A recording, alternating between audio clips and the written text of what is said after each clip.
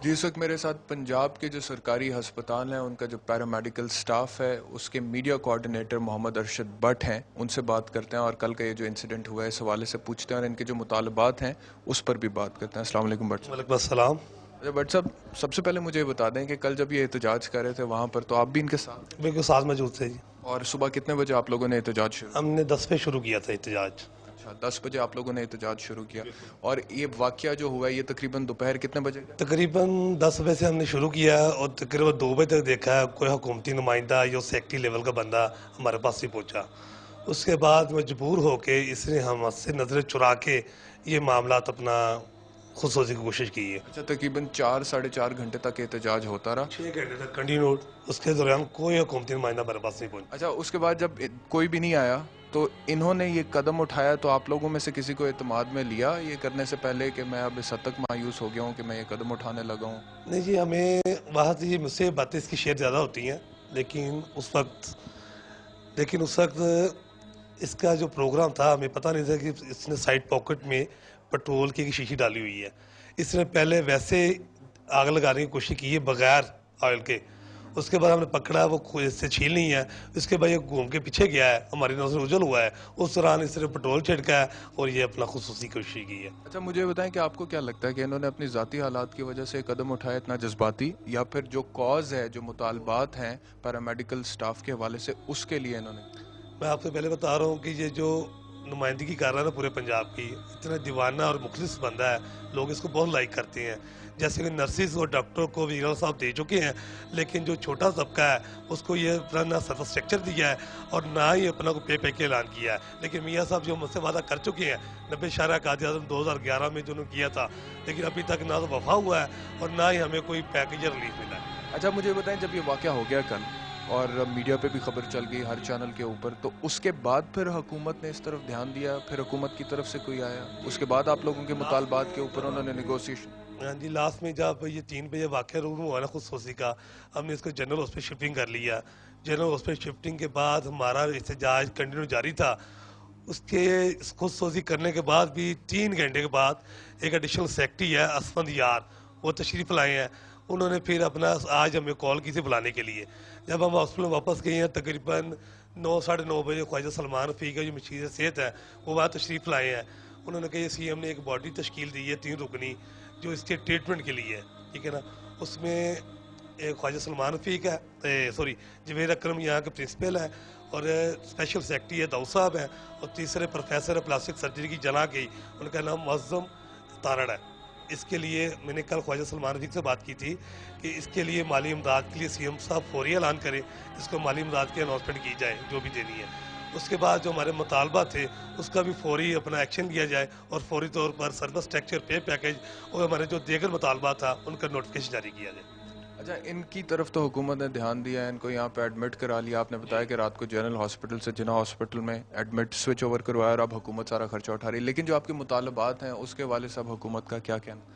देखिए, कल ख्वाजा सलमान रफ़ी से बात हुई है कि उनकी सेक्रेटरी से मीटिंग हो गई है, CM साहब ने कोई इंस्ट्रक्शन दी है। वो कहते हैं हमें थोड़ा टाइम दें, इंशाल्लाह आपका जिस पे जो आपके मुतालबात है इस पर अपना इम्प्लीमेंट करेंगे। फिलहाल अब आप एहतजाज नहीं कर रहे? एहतजाज अभी हम आज बुलाया हमें 1:30 बजे मीटिंग के लिए सेक्रेटरी साहब ने, ख्वाजा सलमान रफ़ी साहब ने। अब उनसे मिलने के बाद फिर अपना लाइम अमल तैयार करेंगे हम क्या करना चाहते हैं। ये ख्वाजा सलमान रफ़ी साहब के अल्फाज से हम लोग को महीना पहले मिले थे। उन्होंने कहा कि आप एहतजाज करें, लेकिन जब तक बच्चा रोएगा नहीं माँ दूध नहीं देगी। ये ख्वाजा सलमान रफ़ी के अल्फाज से मैं वर्ड उन्होंने कहा थे। हम अपनी कोशिश उन्होंने खुद कहा था एहतजाज? नहीं, उन्होंने कहा ये आपका हक है, राइट है, जमहूरियत है। नहीं, ये आप कह रहे हैं ना, उन्होंने कहा कि जब तक बच्चा रोएगा नहीं माँ दूध नहीं देगी, ये उन्होंने कहा था? जी बिल्कुल वही कहा था। इससे उनका क्या मतलब? मसला था कि आप अपनी कोशिश जारी रखें, एहतजाज पुरअमन करें, हम आस आस आपका काम कर रहे हैं। लेकिन हमें वो एक रात को मेरी बात हुई थी, मैं ख्वाजा साहब हमारा आप सर्विस स्ट्रक्चर पे पैकेज जो हमारे जायज़ मुतालबा तो पूरे करें। ये आप हम लॉलीपॉप लेने नहीं बैठे कि आप हमें लॉलीपॉप देने आए हैं कि चुप करके चले गए हैं। इतना बड़ा सानिया हो गया है, उसके बावजूद 3 घंटे तक आपका कोई नुमाइंदा मौका वारदात पर नहीं पहुँचा जहाँ पर हमारा एहतजाज चल रहा था। यह रात को 6 घंटे के बाद। ये कब की बात है कि उन्होंने कहा कि आप एहतजाज करते रहें जब तक बच्चा रोएगा नहीं माँ दूध? पहले मुलाकात हुई थी सेक्रेटरीट उनके साथ। और दूसरा मैं एक गुजारिश करूंगा वज़ीर आला पंजाब से CM साहब कि हम भी एक वर्कर हैं, मुस्लिम लीगी वर्कर हैं। हमारे साथ आप तो शेर पढ़ते हैं बड़े हबीब जालिब के, मैं नहीं मानता जुल्म के ये ज़ाब्ते। जब हम पे जुल्म हो रहा है, हम इतने 10-12 हज़ार रुपये में कैसे गुजारा कर रहे हैं? मियाँ साहब हमारा बजट बना के दिखाएं, हम बिल कैसे दें, बच्चों की फ़ीसें कैसे दें। यूसुफ बिल्ला ड्यूटी के बाद रिक्शा चलाता है अपना, 200-300 रुपया बड़ी मुश्किल से इकट्ठे करके घर के बहुत मुश्किल हालात पैदा करते हैं। हर माह वो उस पर कर्जा चढ़ा होता है दुकानदार वाले का, दूध दाल का।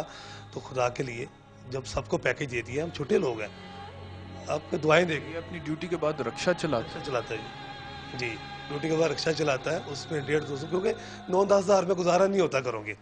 बिल है, बच्चों की पढ़ाई है, घर का किराए पे रहता है, पोसीदा मकान है, कोई हालात नहीं है अपना।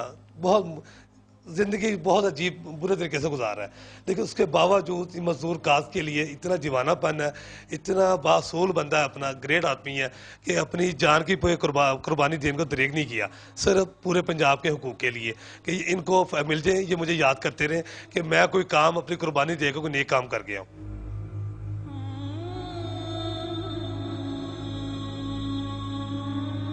नाज़रीन, मैं कमरे से बाहर निकल आया हूँ जहाँ पर यूसुफ बिल्ला जो हैं वो एडमिटेड हैं। दो बातें बड़ी अहम हैं जो कि मैं करना चाहता हूँ। नंबर एक चीज़ उन्होंने ये कही कि हमारी तनख्वाह 8-10 हज़ार है, 10-1 हज़ार के करीब तनख्वाह होती है, तो वज़ीर आला पंजाब मियाँ शहबाज शरीफ जो है हमें बजट बना के दे दें कि हम इस महंगाई के दौर में 10,000 रुपये में घर का गुजारा कैसे चलाएं। हमारे बच्चे हैं, उनकी फ़ीसें देनी होती हैं, घर के बिल देने होते हैं, फिर खाने पीने का ख़र्चा होता है, दीगर ज़रूरियात ज़िंदगी जो है उनकी कीमत जो है बहुत बढ़ गई है। तो इस वजह से 10,000 रुपये में गुजारा मुमकिन नहीं है। यही वजह है कि सरकारी नौकरी करने के बावजूद यूसुफ बिल्ला जो है वो रात को रिक्शा चलाते थे, सिर्फ इसलिए कि घर का गुजारा जो है वो हो सके और वो पैसे कमा सके और अपने बच्चों को स्कूल भेज सके। दूसरी बात ये है जो इन्होंने कही कि ख्वाजा सलमान रफ़ीक ने कहा कि आप एहतजाज करते रहें, जब तक बच्चा रोएगा नहीं तो माँ उसे दूध नहीं देगी। ये जो सोच है हुकूमत की, ये बहुत ही ख़तरनाक है और इसका जिक्र मैं पहले भी कर चुका हूँ। पिछले एक प्रोग्राम में मैंने ये कहा है कि अब हमारी हुकूमतों का ये माइंडसेट हो गया है कि जब तक अवाम सड़क पर नहीं निकलेगी, एहतजाज नहीं करेगी, रोड ब्लॉक नहीं करेगी, कोई तोड़ फोड़ नहीं करेगी, तब तक हुकूमत उनके मुतालबात पर कान नहीं धरेगी या उनकी बात को संजीदा नहीं लेगी। तो ये जो माइंडसेट है हुकूमत का, ये ना सिर्फ मुआशरे में लाकानूनियत को फैलाएगा बल्कि अवाम को भी ज़्यादा फ्रस्ट्रेट बना देगा, ज़्यादा अग्रेसिव बना देगा और अवाम की जो सिविलाइजेशन है, उनकी जो तहजीब है, उनका जो महज़ब रहना है वो उनसे छीन लेगा। तो हुकूमत खुदा के लिए अवाम को इस हद तक मजबूर ना किया करे कि पहले वो एहतजाज करें तो फिर हुकूमत उनकी सुने। अगर हुकूमत जमहूरी है, जमहूर के जरिए आई है, लोगों के वोटों के जरिए आई है, लोगों ने इनको पार्लियामेंट में बिठाया है, आज जो इक्तदार इनके पास है, जो ताकत इनके पास है वो अवाम की मरहून मिन्नत है, तो फिर हुकूमत को अवाम के एहतजाज करने से पहले अवाम की सुननी चाहिए। अवाम की जो नब्ज है उस पर हुकूमत का हाथ होना चाहिए और जहां पर अवाम के मुतालबात जायज़ हों उन्हें पूरा करना चाहिए। 12 मई 2011 को वज़ीर आला ने अपने वज़ीर आला हाउस में हमारे साथ एक मीटिंग की, लेकिन ताहाल उन्होंने अपना वादा नहीं निभाया।